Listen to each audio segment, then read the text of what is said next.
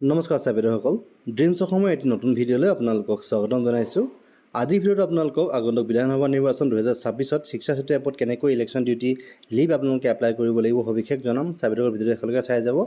যেহেতু আপোনালোকে election duty বা ইলেকশ্যন ট্ৰেইনিং ল'বৰ বাবে আপোনালোকে শিক্ষা সেতু পৰ্টেলত এবচেণ্ট ৰিজন আপডেশ্যন কৰিব লাগিব। তাৰ বাবে আপোনালোকে পোনপ্ৰথমে আপোনালোকৰ যি মোবাইলৰ ক্ৰম ব্ৰাউজাৰটো অন কৰি ল'ব। ক্ৰম ব্ৰাউজাৰ অন কৰাৰ পিছতে আপোনালোকে শিক্ষা সেতু এপ বুলি ক্ৰম ব্ৰাউজাৰ অন কৰাৰ পিছতে আপোনালোকে শিক্ষা সেতু বুলি চাৰ্চ কৰিব। তো শিক্ষা সেতু বুলি চাৰ্চ কৰাৰ পিছত আপোনালোকে দেখিলে পাব এইদৰে লগইন পেজ এটা খোল খাই যাব। সো আপোনালোকে ইয়াতে লগইন কৰিব লাগিব। ইউজাৰ আইডি পাছৱৰ্ড দি আপোনালোকে লগইন কৰি ল'ব লাগিব। মই আপোনালোকক লগইন কৰি দেখুৱাই আছোঁ। লগইনত ক্লিক কৰাৰ পিছতে আপোনালোকৰ এইদৰে বিদ্যালয়ৰ যি হোম পেজটো এইদৰে খোল খাই যাব। ডেছবৰ্ডটো আপোনালোকে নিশ্চয় দেখিবলৈ পাইছে। তো ইয়াৰ পিছতে আপোনালোকে বাওঁফালে এডাল কলা তিনিডাল আঁচ দেখিবলৈ পাব। দেখিবলৈ পাইছে আপোনালোকে নিশ্চয় কলা তিনিডাল আঁচ। সো আপোনালোকে তাত ক্লিক কৰিব লাগিব। মই ক্লিক কৰি দেখুৱাইছোঁ। তিনিডাল কলা আঁচত আপোনালোকে ক্লিক কৰাৰ পিছতে আপোনালোকে বাওঁফালে বিভিন্ন অপশ্যনসমূহ এইদৰে দেখিলে পাব। এই অপশ্যনসমূহৰ ভিতৰত আপোনালোকে টিচাৰ এণ্ড ষ্টাফ বুলি এটা অপশ্যন পাব। তাত ক্লিক কৰিব লাগিব। ইয়াত তললৈ চাব বিভিন্ন অপশ্যনসমূহৰ ভিতৰত আপোনালোকে ষ্টাফ এবচেণ্ট ৰিকুৱেষ্ট আপডেশ্যন বুলি এটা অপশ্যন পাব। তাত ক্লিক কৰিব লাগিব পুনৰ।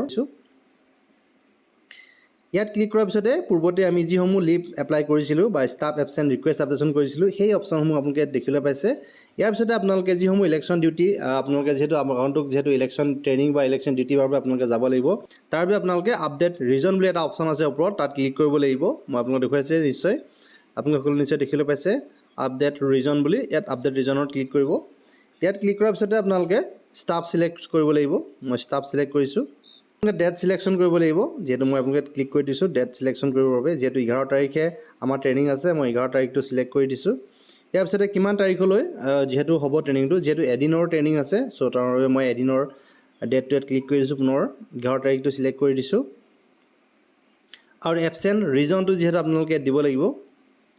দেখিলে পাইছে training election duty OD training. আপোনালোকে যিহেতু ইলেকশ্যন ডিউটিৰ বাবে যাব লাগিব, ট্ৰেইনিং হ'লেও আপোনালোকৰ ইলেকশ্যন ডিউটিয়ে হয়। চ' তাৰ বাবে আপোনালোকে ইলেকশ্যন ডিউটি আপোনালোকে ইয়াত ক্লিক কৰিব লাগিব। ইলেকশ্যন ডিউটিত ক্লিক কৰাৰ পিছত আপোনালোকে দেখিলে আছে আপলোড ডকুমেণ্ট, যিখন আপোনালোকৰ অৰ্ডাৰ কপি আপোনালোকে পাব অফিচৰ পৰা, সেই অৰ্ডাৰ কপিখন আপোনালোকে ফটো মাৰি ইয়াতে আপডেট কৰিব লাগিব। মই ডকুমেণ্ট আপডেটত ক্লিক কৰিছোঁ। দেখিলে পাইছে ইয়াতে দুটা অপশ্যন পাব আপোনালোকে, কেমেৰা আৰু ফাইল।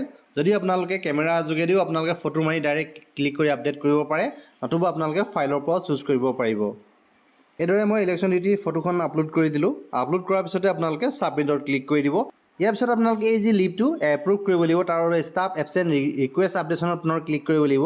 পিছতে আপোনালোকৰ ইয়াত মোৰ শ্ব' কৰা নাই। আপোনালোকৰ আধা ঘণ্টাৰ পিছতে আপোনালোকৰ যিসমূহ আপোনালোকে এপ্লাই কৰিছিলে সেই এপ্লাই কৰাটো ইয়াতে শ্ব' কৰিব। শ্ব' কৰাৰ পিছতে আপোনালোকে ইয়াতে এপ্ৰুভ আৰু ৰেজেক্ট বুলি দুটা অপশ্যন পাব। চ' আপোনালোকে এপ্ৰুভত ক্লিক কৰি দিব। এপ্ৰুভত ক্লিক কৰাৰ পিছত আপোনালোকে ছাবমিট কৰি দিব। ছাবমিট কৰাৰ পিছতে আপোনালোকৰ যিহেতু ইলেকশ্যন ডিউটিৰ যি লিভটো এপ্ৰুভেল হৈ যাব। ত' চাবলৈ আশা কৰিছোঁ এই ভিডিঅ'টো আপোনালোক যথেষ্ট উপকৃত কৰিব। ভিডিঅ'ত ইমানখিনি আছিলে। ভিডিঅ'টো শেষলৈকে চাই থকাৰ বাবে আপোনালোকক পুনৰবাৰ ধন্যবাদ জনালোঁ।